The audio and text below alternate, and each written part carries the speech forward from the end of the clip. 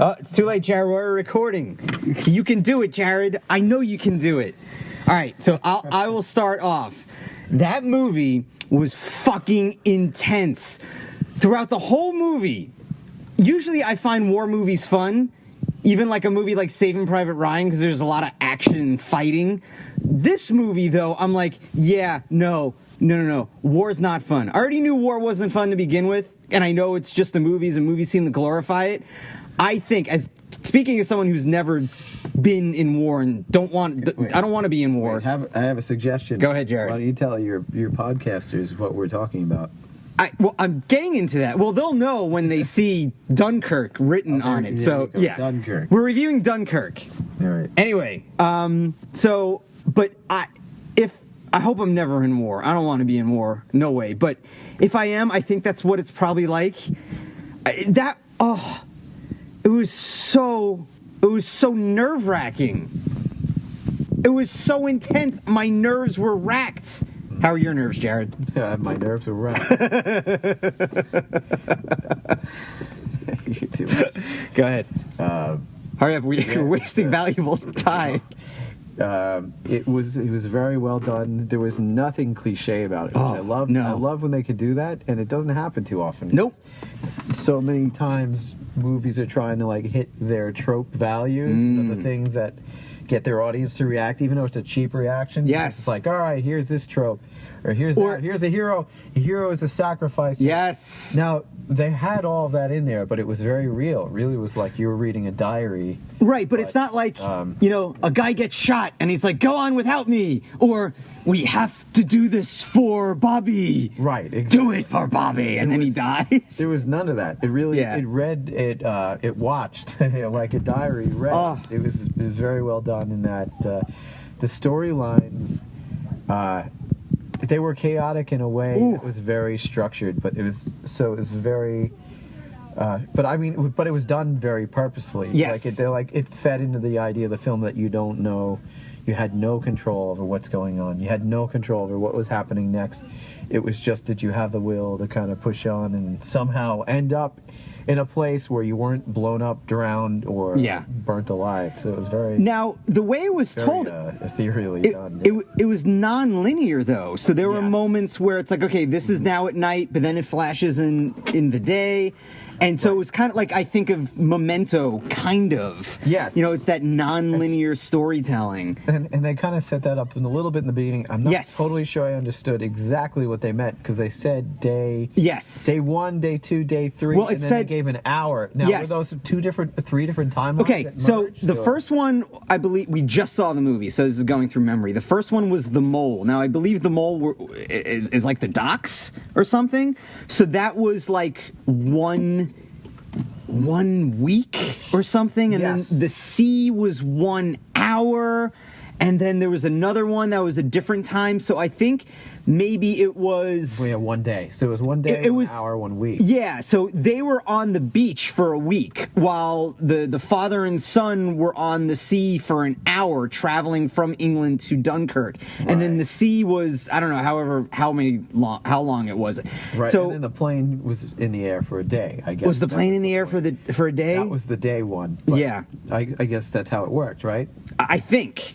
So it was non-linear. It wasn't told like from point A to point B. It went through different times. Right. But and then they all merged at the end. Yeah, because it showed the resolution. And like I knew that if Tom Hardy's character, he was the pilot, if he survived, that the fucking Germans were gonna. The Nazis were going to capture him, and I knew that as soon as he burned the plane and he got out, and the fucking Nazis got him. I'm like, oh shit. So I wonder if I like how he's like, I'm just gonna land this bitch. Why am I not gonna shoot? I'm not gonna spring out and try and scramble for my life. He's accepted. It was like a dignity thing. I'm gonna land this fucking plane. Yeah. And I'm gonna get out and burn the shit out of it. What was interesting about the dogfight, about the airplane sequence, was that it was so clinical. They were all talking, like the pilots were talking, like it was like, hey, okay, well, let's you go down the street, you make a left, and then you go by the stop sign and you make another left. It was kind of like that. There wasn't like kind of like go or move. Right. It was like where are you? Right. Okay. And that was it. It was just very, very calm. Right. And I mean, I guess I don't know if that. It felt like it would have been more close with what might happen in reality. I wouldn't know because I've never been in war. But they kind of, the characters that kind of persevered are the ones that kind of just moved on after each thing. Yeah. So there was no dramatic. No, I can't believe what happened. There was none of that like Hollywood type, like I'm going to bathe in the loss type of thing. No. Kind of like it was just gone. And they didn't have time. Stuff would like disappear, and the characters would just kind of be like, this is normal now." Yeah, you know? we're on a boat. Okay, the boat's sinking. We're gonna get off the boat. We're gonna get picked up by another boat. Okay, now that boat's being shot down. We're gonna be in the water for a bit. Yeah, so it was just, just moving from location to location. Did you know that one of the main characters, one of the guys on the boat that was being shot, who was having an argument with the Frenchman, when they found out the guy was a Frenchman, he's Harry Styles from the band One Direction. Really? Yeah, he's in a boy band. That's and weird. yeah, and then he was in a Nolan movie. So I was like, whoa. That's funny. But there wasn't that much dialogue in it. No, there wasn't a lot. It was very simple. It was told. The score was intense. It was told with the music. The whole story was told with the music. And the way it was shot, I don't think there was any CGI at all. Really? I don't think there was. That plane. Well, maybe the plane. There was a little bit, but I think most shots, like the people, were all real people. It wasn't CGI people. No, that's true. And the way the shots were set up, it was very epic and old school. It captured the scale of of the battle. It captured the scale like in a very good, like a very real way. You bought it. I got confused in the beginning though. Completely sidetracked. I couldn't tell any of the Englishmen apart because of the haircuts. They all look. They all have the same haircut. Like, is that him and him? Yes. Is this a Nolan thing? Where yes. Playing with your head, and that's him. And he's it's a clone. Himself. Like this is what it looked like. It's the twin brother. I can't tell any of the English people apart. They kind of had the same hair color and the same hairstyle. Yeah. And of course, because they're in war, they're all wearing the same uniform. Yes. Yeah, it really looks like the same people. I felt like they were like all talking to each other, but that's like the same person. There was a jet black hair people, and then every once in a while there was a blonde person, and then there was a Dutch guy who had a beard. Yeah. So it was like, oh, all right. Some of the characters were hard to tell apart. But I guess that didn't matter because you were just going from place to place, location to location. Kenneth Branagh, I loved his performance because it was so subtle. Which one was Kenneth He Branagh? was the leader of the Navy, the guy who stayed at the end. Really? Yeah, that's Kenneth Branagh. Oh, very nice. So, like, the faces that he made when, like, he thinks he's going to get bombed by boats, and then it turns out to be people from England, but then he makes the same face where there's a Nazi plane flying over, and he's like, oh, but, like, you can see the aggravation, but he still has that intense look, but it's with a very stoic and very calm. Yeah. So he was great. I mean, everybody was great in it. You easily forget you're watching a movie. It was like, just... there was nothing in it that's, all right, that's a little cheesy. It was so intense.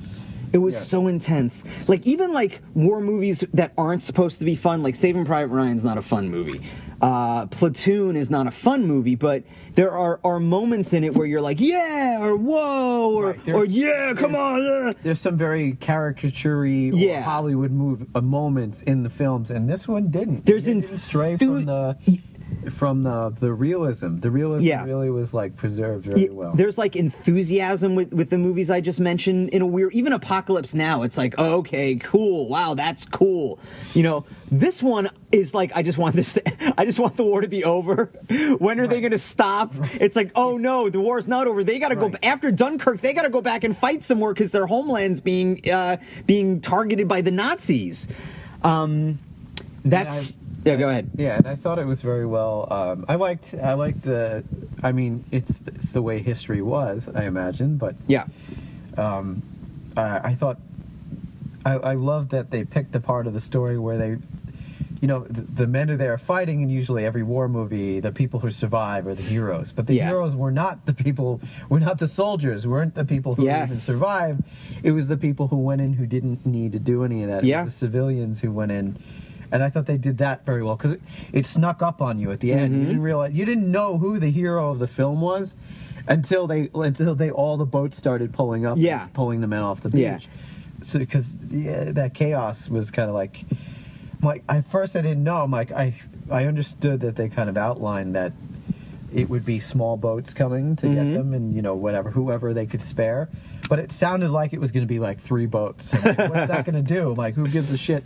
How is this little fucking fishing trolley this dumb do dinghy anything about it? But then you saw like hundreds of them pull in, and that it was like a surprise. Here's the heroes of the film, and it kind of. I thought that was very well done. Nolan did make the point, and I thought he made it well at the very end, where the English soldier read Churchill's speech. Yes. Saying that everybody is a hero, basically. They survived, they held it, they're going to live to fight another day. We'll fight them everywhere. Well, that speech, I knew that speech because I'm a big Iron Maiden fan. And Iron Maiden would play that speech on their Power Slave tour before the concert started. They would play that legendary Churchill speech. It was his radio address. So, we shall go on in the end. We shall fight in France. We shall fight in the fields and the ocean with growing confidence. So I knew that. So when the guy was reading it, I knew every line just because Iron Maiden taught me that. That's interesting. Yeah. Where on their album Live After Death. Are they they're an English band? Yeah, Maiden's from Britain, yeah. I should have known. Yep. But on their album Live After Death, before their first song Aces High. Now Aces High is about dogfights in World War II. So before the live version of that song begins, they open their live show with Churchill's speech. And when I saw Maiden, I think it was 2008, 2009, they did like a replica of that tour. They opened with Churchill's speech and then Aces High. So and now Gary Oldman's going to play Churchill in a Churchill movie. So I'm sure that's going to be that'll be. But like the beginning when the flyers were dropped and the Germans were telling them, "This is you, this is us. We have you surrounded." Yeah. Oh my God. Oh, that's so scary. And let us not forget, Jared, we are on an island right now. We are on Long Island. If anybody invades us, we are so fucked. I'll be in Westchester. You'll be in Westchester. we're in, and even Manhattan. That's an island too. We're surrounded by water. Oh, it's no escape.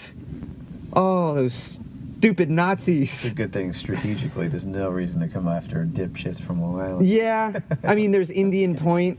Just kidding, everyone. Yeah. So, oh my God, but great. That has to be Oscar. That has to be Oscar contender. Direction, maybe not acting because no performances really stood out, but score, cinematography. There wasn't directing.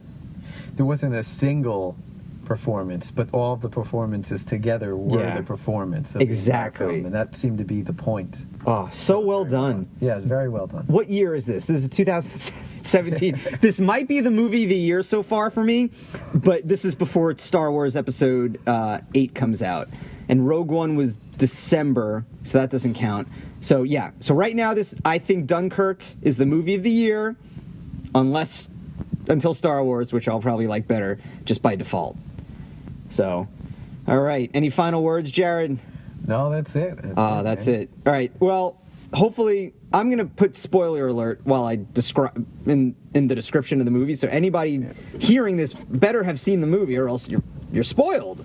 That'd be terrible. But you will be warned. And let me know what you think, Jared. You don't have any website or anything to plug. Not yet. Not yet. If you listen to this in the future, maybe Jared Strack will have something. Anyway, yeah, so you can find me on Twitter, Mike Lane Act. That's Mike Lane ACT.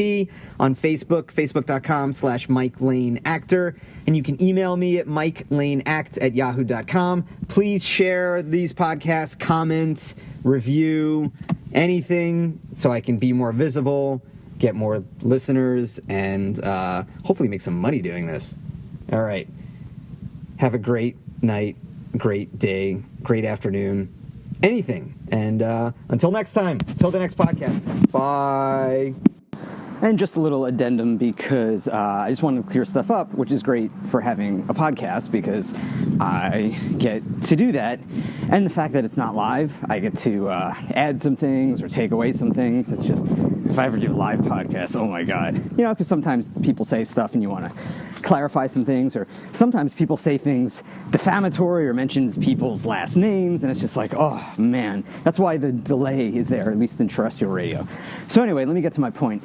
When I called a movie like Saving Private Ryan fun, I didn't necessarily mean I'm having a good time watching it. Fun was the wrong word. What I really meant to say was that it wasn't stressful watching Saving Private Ryan. It was harrowing. It was great filmmaking, and I was definitely on the edge of my seat because of the action and seeing the stress that the characters are going through. But with Dunkirk, it was a completely different experience in that during the whole movie, I just felt so stressed out. Like Jared looked at me and saw me watching it, like my hands were clutched. I was making fists. I was literally hanging on to something invisible, but I was hanging on because Nolan was able to convey the stress of war so well, in probably better than any war movie I've ever seen. And I've seen a lot, and I've seen a lot of great ones. And man, you know, thinking of Saving Private Ryan, Spielberg did that definitely in the beginning of it with D-Day, showing the soldiers on the boat. So imagine watching that scene in Saving Private Ryan with the soldiers on the boat going to Normandy, and then just multiply that by the whole movie. At least there were parts in Saving Private Ryan where you were able to breathe. In Dunkirk, you were not able to breathe throughout the whole movie. It just, like the very beginning, it showed soldiers walking through an abandoned neighborhood trying to get some water, but actually, like, maybe that lasted 5 seconds because you saw the stupid leaflets falling. So no, let me take that back. The whole movie was one big ball of stress. And watching movies like this, watching war movies like this, makes me so glad. Well, one, for the bravery of the people in the military, because that is just another level of bravery, you know. And they might be scared too, but they're pushing through that fear because, you know, it's just, you know, it's a great chance they can die. So there's that, and then there's also the fact that I can live through this stress very much vicariously, but I know I'm going to survive at the end. So at the end of Dunkirk, and at the end of any scary movie, at the end of any intense movie, at least for me, there's a moment of calm. Like, I made it through. I defeated the monster. I psychologically did it. So I think that's one of the reasons why people like books and people like stories and people like movies, because it takes you on that journey vicariously. Especially stressful situations, it does that vicariously. Now, you know, in happy situations, you don't want to do that vicariously. You know, you don't want to have a romantic relationship vicariously. You know, you don't want to, I don't know, go on a roller coaster vicariously. You don't want to travel to Europe or travel anywhere vicariously. You want to do that. But in stressful, harmful situations, I really think movies help us in that way. I don't have any evidence or studies. I'm sure there's a bunch of studies and whatnot, but I'm just talking from my personal experience, anecdotes. And as we know, or maybe you don't, that anecdotes aren't the best way to proof, but that's the feeling I have. So anyway, there we go. All right, talk to you all later. Bye.